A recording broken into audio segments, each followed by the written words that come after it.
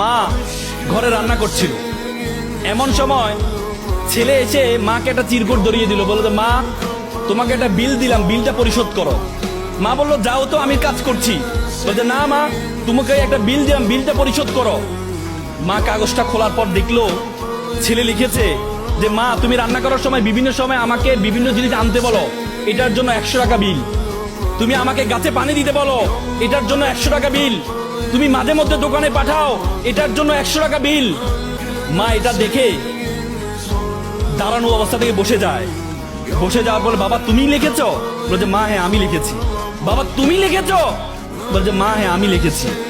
বললো যে এক কাজ করো, তোমার জন্য আমি একটু নুডলস রান্না করেছি, নুডলসটা তুমি খাও, আর তোমার বিলটা আমি নিয়ে আসতেছি, তুমি একটু ওয়েট করো। মা একটা কলম নিয়ে সে কাগজের বিপরীত পাঠে লিখলো, বাবা 9 মাস তোমাকে পেটে ধারণ করেছিলাম, জীবনে এত কষ্ট, টানা 9টা মাস তোমাকে আমি বহন করেছি।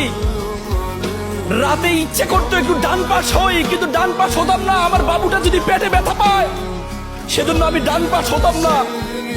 ইচ্ছা করতো একটু বাম পাশ হই, কিন্তু যে বাবুকে আমি দেখি নাই তার প্রতি আমার এত মহব্বত, আমি বাম পাশ হতাম না যে আমার সন্তানটা যদি ব্যথা পায়। সেটার জন্য তোমার বিল 0 টাকা।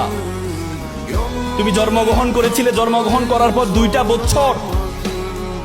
বছর যে পরিমাণ ঘুম ভেঙেছে আমার, যে পরিমাণ প্রায় 6 মাস টানা, 6 মাস পরিমাণ ঘুম আমি ঘুমাই নাই আমার সন্তানের জন্য, সেটার জন্য বিল 0 টাকা।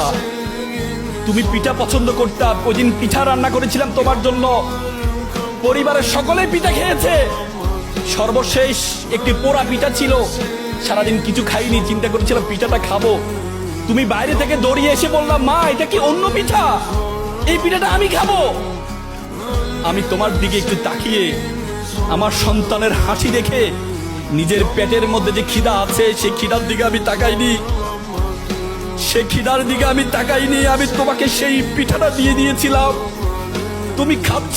আমার অন্তরের যে বাসনা, অন্তরের যে ভালোবাসা আমি প্রকাশ করতে পারিনি, সেই বিলের জন্য তোমার জন্য 0 টাকা।